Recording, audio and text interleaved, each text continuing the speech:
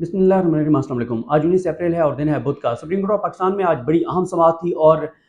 इस समाअत के बहुत से पहलू पर बात की जा सकती है, लेकिन सबसे बड़ी खबर यह है कि आज पीडीएम सरकार ने घुटने टेक दिए हैं। Chief justice Pakistan justice Umar Ata Bandial साहब के सामने सरेंडर कर दिया है और वो जो बड़ी बड़ी भड़कें मार रहे थे, जो बड़े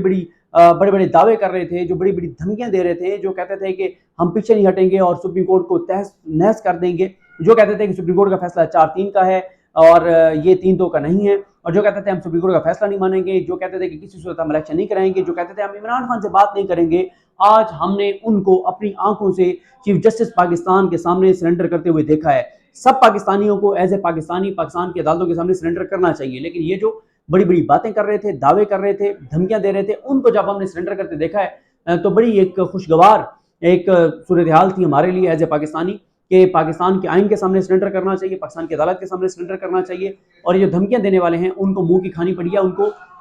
जो थूक के चाटना पड़ा है।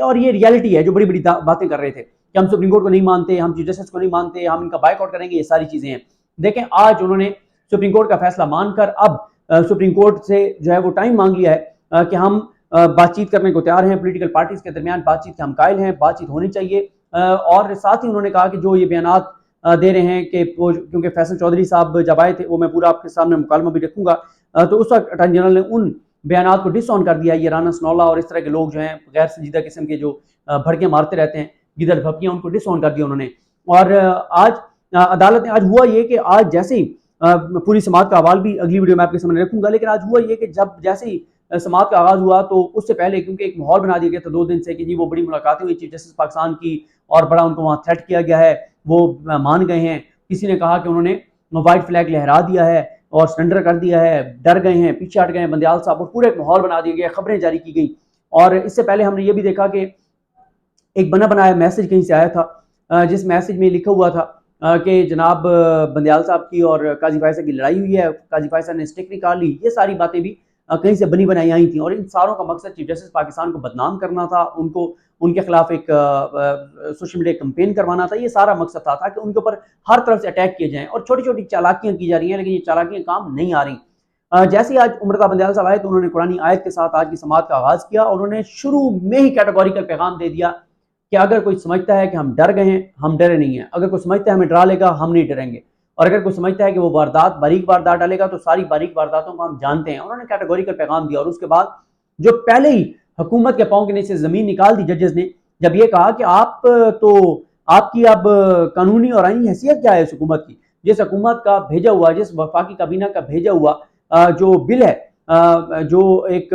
फाइनेंशियल मैटर हो, वो मुस्तरद हो जाए पार्लियामेंट से, कौमी असम्बली से, तो उस हुकूमत की आईनी और कानूनी क्या हैसियत है, उसकी मॉरल क्या हैसियत है, और इसके कंसिक्वेंसेस क्या हैं कि अगर हुकूमत का भेजा हुआ बिल ग्रांट मुस्तरद हो जाए तो फिर हुकूमत का क्या होता है। और अगर आप याद करें, यही पीडीएम जब अपोजिशन में थी और इमरान खान का दौर था, और जब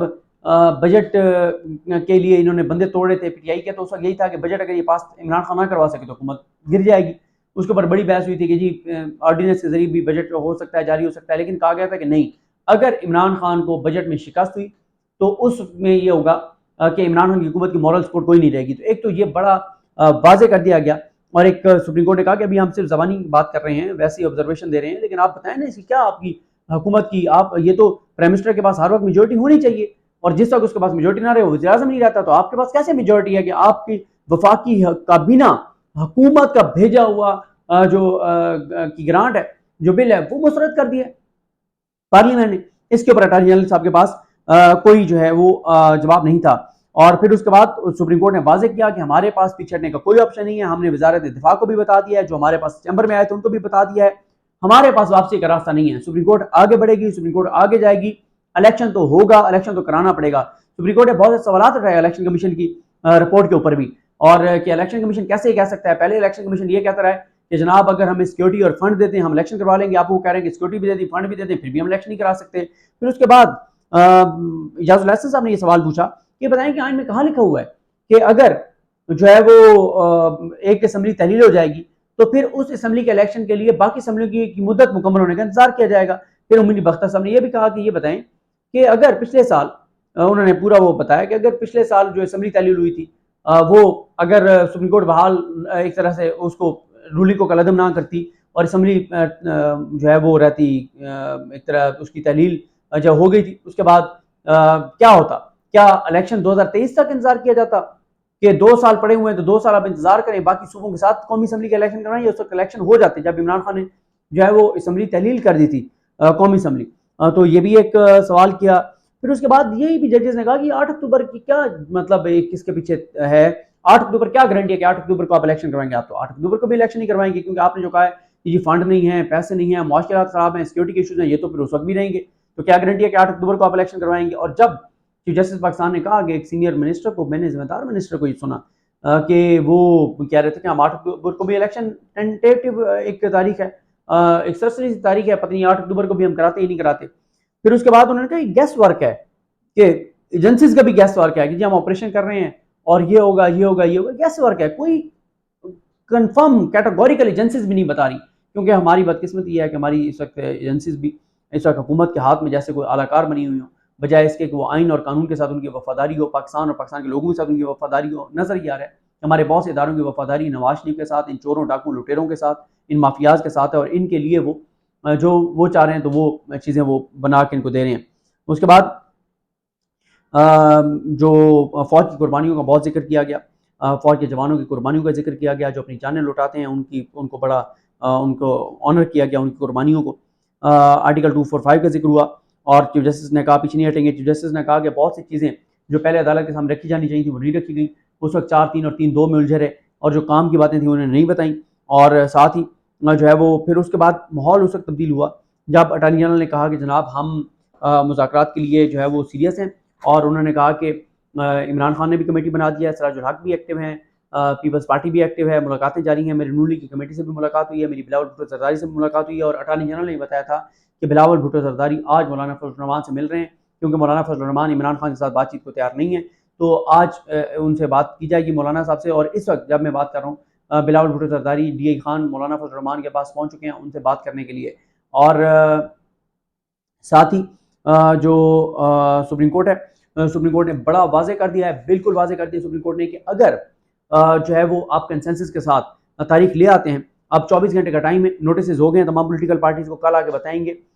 پولیٹیکل پارٹیز یہ کل بتائیں گی کہ جناب ہم کیا بات چیت کر رہے ہیں، کیونکہ سپریم کورٹ نے کہا کہ اگر تو آپ کنسنسس سے کوئی تاریخ دے دیتے ہیں تو ویل اینڈ گڈ، اگر آپ کنسنسس سے کوئی تاریخ نہیں دے رہے پھر آئین کے اوپر تو ویسے ہی بات چیت کوئی اس کے اوپر نیگوسیشن نہیں ہو سکتی، اس کو تو پریکٹیکل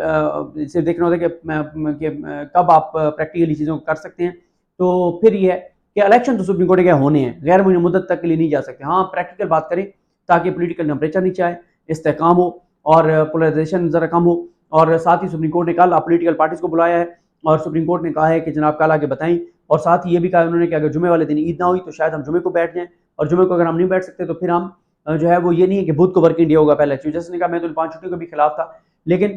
سوموار یا منگل کو ہم سپریم کورٹ میں بیٹھ جائیں گے، اور کیونکہ 14 مئی کی تاریخ ان فیلڈ ہے، اور اگر آپ کنسنسس سے کوئی تاریخ نہیں دیتے تو پھر 14 مئی کو الیکشن تو کرانا پڑے گا، یہ نہیں ہو سکتا کہ آپ 14 کو جو ہے وہ الیکشن نہ کرائیں۔ تو اس ساری صورتحال میں اب کل کا دن اہم ہے، کل پولیٹیکل پارٹیز نے آ کے بتانا ہے، اور آج وہ حکومت جو سپریم کورٹ کو کہتی تھی کہ 4-3 اور 3-2 اور ہم فیصلہ نہیں مانتے اور بائیک آؤٹ کریں گے اور بندیال صاحب مستعفی ہوں، آج اس حکومت نے سرنڈر کیا ہے، انہوں نے چیف جسٹس پاکستان کے سامنے سر لگے ہوئے ہیں، انہوں نے چیف جسٹس پاکستان کو کہا ہے کہ ہم نے آپ کا فیصلہ مان لیا ہے، ہم بات چیت کرنے کو تیار ہیں، کیونکہ میسیج بڑا کلیئر ہے کہ پھر شہباز شریف کے پاس میجورٹی نہیں ہے، پھر یہ معاملہ بھی سپریم کورٹ دیکھے گی۔ اور میں آپ کو بتا دوں کہ جو صورتحال ہے اس وقت یہی ہے کہ اگر یہ کنسنسس تاریخ نہیں دیتے پھر 14 مئی ہے، جو پھر کنٹمپٹ آف کورٹ کریں گے وہ فارغ ہوں گے، اور چیزیں جو ہے وہ آگے بڑھیں گی۔ سپریم کورٹ نے بڑا واضح کہہ دیا کہ ہم نے یہاں سے پیچھے نہیں ہٹنا، ہم نے یہاں سے آگے بڑھنا ہے، اب فیصلہ کرنے والے فیصلہ کر لیں کہ کس کس نے کنٹمپٹ میں آنا ہے، کس کس نے اپنا سر دینا ہے اس میں، اور سیاسی اور انتظامی سر اپنے قربان کرنے ہیں۔ اور آج کا دن بڑا امپورٹنٹ ہے، آپ بلاول دیکھتے ہیں مولانا کے ساتھ کیا پریس ٹاک کرتے ہیں، کیا بات کرتے ہیں، اور ساتھ ہی جو آصف علی زرداری ہیں انہوں نے جو ہے وہ بیان دیا ہے کہ چیف جسٹس پاکستان کے حوالے سے میں ذرا اس کو چلیں اس پہ بات کر لیں گے۔ تو کل کا دن اہم ہے، کل جمعرات ہے، جمعے سے عید کی چھٹیاں ہیں، جمعہ، ہفتہ، اتوار، سوار، منگل، یہ 5 چھٹیاں ہیں، لیکن چیف جسٹس نے کہا ہے کہ ہم جمعے کو بھی بیٹھ سکتے ہیں ورنہ ہم سوار یا منگل کو بیٹھیں گے۔ تو چیزیں جو ہیں وہ الیکشن کی طرف جا رہی ہیں، اور اب آپشن کوئی نہیں ہے، یا یہ کنسنسس تاریخ دیں گے یا یہ حکومت گھر جائے گی، تیسرا آپشن جو ہے وہ کوئی نہیں ہے. مجھے اپنی دعا میں یاد رکھیں. الکریم ہم سب کا. اللہ حافظ.